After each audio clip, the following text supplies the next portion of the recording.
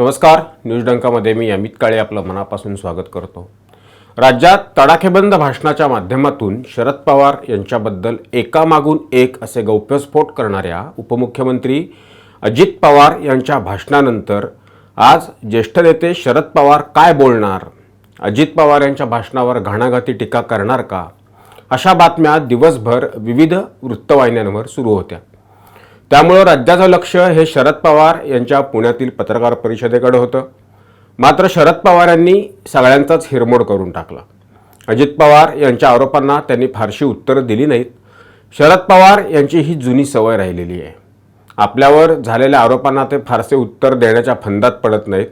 पण इतकी वर्ष हे चाललं त्याचं कारण आरोप करणारे चेहरे हे वेगळे होते आणि आता आपलेच पुतणे आणि अनेक वर्ष राजकारणात सोबत राहिलेल्या अजित पवार यांनी केलेले गौप्यस्फोट आहेत आणि हा यातील महत्त्वाचा फरक आहे।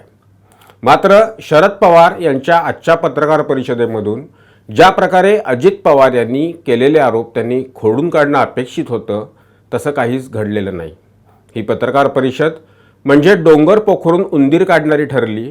त्यामुळे शरद पवार यांची अवस्था आता अरण्यरुदन झाल्यासारखी झाली आहे। त्यांचं आता ऐकायला त्यांच्याकडे फारसं कोण आमदार खासदार उरलेले नाहीत, ही वस्तुस्थिती आहे। अजित पवार यांनी गेल्या काही महिन्यात वेगळी भूमिका घेतल्यानंतर पक्षातील बहुसंख्य आमदार, जिल्हा पातळीवरील नेते, पदाधिकारी आज अजित पवार यांच्याबरोबर आहेत।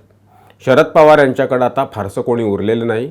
ते कितीही म्हणत असले तरी त्यांना आजच्या पत्रकार परिषदेत एका विचारलेल्या प्रश्नावर आपल्याकडे असलेल्या आमदार खासदारांची संख्या सांगता आलेली नाही।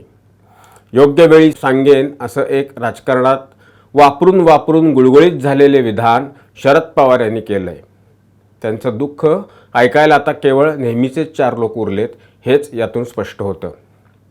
अजित पवार यांनी कर्जतच्या सभेमधून थेट शरद पवार हे कसं वागले, कशा पद्धतीनं ते धरसोड करतात, त्यांची धरसोड वृत्ती आहे हे जाहीरपणे सांगितलेलं आहे। भारतीय जनता पक्षाबरोबर जायला त्यांनीच सांगितलं। पुण्यातील उद्योगपतीच्या घरी जेवणाच्या निमित्तानं झालेली बैठक वगैरे असं बरंच काही अजित पवार बोललेले होते। मात्र यावर शरद पवार यांनी चकार शब्द काढला नाही। उलट अजित पवार जे बोलले त्यातील बऱ्याचशा गोष्टी आपल्याला पहिल्यांदा कळाल्या असं ते म्हणाले। अजित पवार यांनी चर्चा केली होती असं ते म्हणाले, पण अजित पवार ज्या रस्त्यानं जाणार होते म्हणजे भारतीय जनता पक्षाबरोबर जायचं असं त्यांचं मत होतं, ते आम्हाला मान्य नव्हतं हे सांगताना त्यांनी आम्ही लोकांना मतं मागितली, ती भारतीय जनता पक्षाबरोबर जाण्यासाठी मागितलेली नव्हती, असा निर्णय घेतला तर ती फसवणूक ठरेल असं शरद पवार म्हणाले।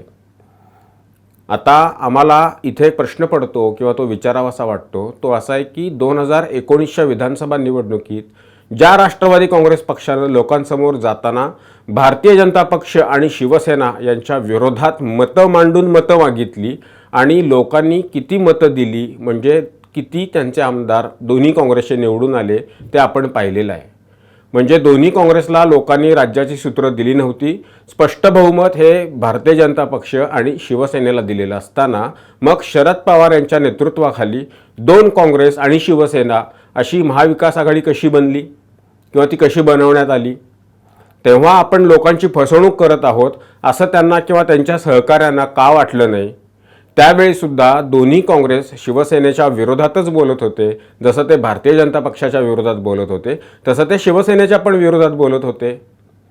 अजित पवार यांच्यासह आज जे त्यांच्याबरोबर गेले त्यांनी मागील निवडणुकीत राष्ट्रवादी काँग्रेसच्या चिन्हावर मतं मागितली, पक्षाचं तिकीट त्यांना देण्यात आलेलं होतं असं शरद पवार आज म्हणाले। पण अजित पवार किंवा त्यांच्याबरोबर गेलेले आमदार असं कधीच म्हणत नाहीत की आपण राष्ट्रवादी काँग्रेसचे आमदार नाही। उलट त्यांनी मूळ पक्ष हा आमचाच असल्याचा दावा केलाय, म्हणून तर निवडणूक आयोगात रोज सुनावण्या सुरू आहेत। यापूर्वी पण अजित पवार यांनी काही खुलासे केलेले होते। त्यांच्याबरोबर छगन भुजबळ यांनी शरद पवार काय म्हणाले होते ते सांगितलेलं आहे, सुनील तटकरे यांनीही सांगितलेलं आहे। आता ही सगळी मंडळी राष्ट्रवादी काँग्रेसच्या पहिल्या दिवसापासून शरद पवार यांच्याबरोबर आहेत। भुजबळ तर पक्षाचे पहिले प्रदेशाध्यक्ष होते। आता हे सगळंच खोटं बोलत आहेत का असं म्हणायचं का, असा प्रश्न सामान्यांना पडल्याशिवाय राहणार नाही। पहाटेचा शपथविधी हा पक्षाच्या धोरणाचा भाग नव्हता असं जर शरद पवार म्हणत असतील तर मग भारतीय जनता पक्षाच्या वरिष्ठ नेत्यांच्या बरोबर कोणी बैठका केलेल्या होत्या? सरकार बनवायचं ठरवून ऐनवेळी कोणी शब्द फिरवला? मग अजित पवार यांनी कसा दिलेला शब्द पाळला हे छगन भुजबळ यांनी एका वृत्तवाहिनीवर ऑन रेकॉर्ड सांगितलेलं आहे. हे कसं विसरून चालेल?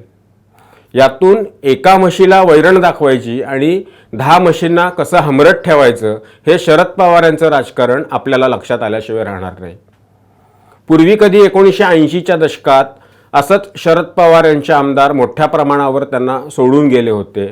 त्यांच्या गटात केवळ 6 आमदार उरले होते. त्यानंतर झालेल्या निवडणुकीत त्यातील कोणीही विधानसभेत परत आलं नाही असं पवार नेहमी सांगतात. पण तो काळ वेगळा होता, आजची परिस्थिती वेगळी आहे. त्यामुळंच काल अजित पवार म्हणालेले की काळानुरूप बदल करावे लागतात, तसे निर्णय घ्यावे लागतात आणि तसे त्यांनी केलेलं आहे, तसा निर्णय त्यांनी घेतला आहे. पण शरद पवार हे अजून 1980मध्ये काय घडलेलं होतं हेच सांगत बसलेत. झाला आता तो इतिहास झालेला आहे. मतदार बदललेले आहेत, मतदारांची मानसिकता बदललेली आहे. हे अजित पवार यांनी नेमकं हेरलं आणि त्यांनी तो निर्णय घेतला आणि आता इतरांना तो मान्य होता म्हणून त्यांच्याबरोबर इतक्या मोठ्या प्रमाणात आमदार गेले. त्यामुळे मगाशी म्हटल्याप्रमाणे शरद पवार यांची अवस्था अरण्यरुदन झाली आहे. त्यांचं ऐकायला आता त्यांच्याकडे कोणी राहिलेलं नाही. तुर्त इतकंच. व्हिडिओ आवडल्यास आपल्या प्रतिक्रिया कमेंट बॉक्समध्ये जरूर नोंद करा. व्हिडिओ लाईक करा, शेअर करा आणि आमचं चॅनल सबस्क्राईब करायला विसरू नका. धन्यवाद. आमचा व्हिडिओ जास्तीत जास्त लाईक करा, शेअर करा आणि आमचं यूट्यूब चॅनल सबस्क्राईब करा. धन्यवाद.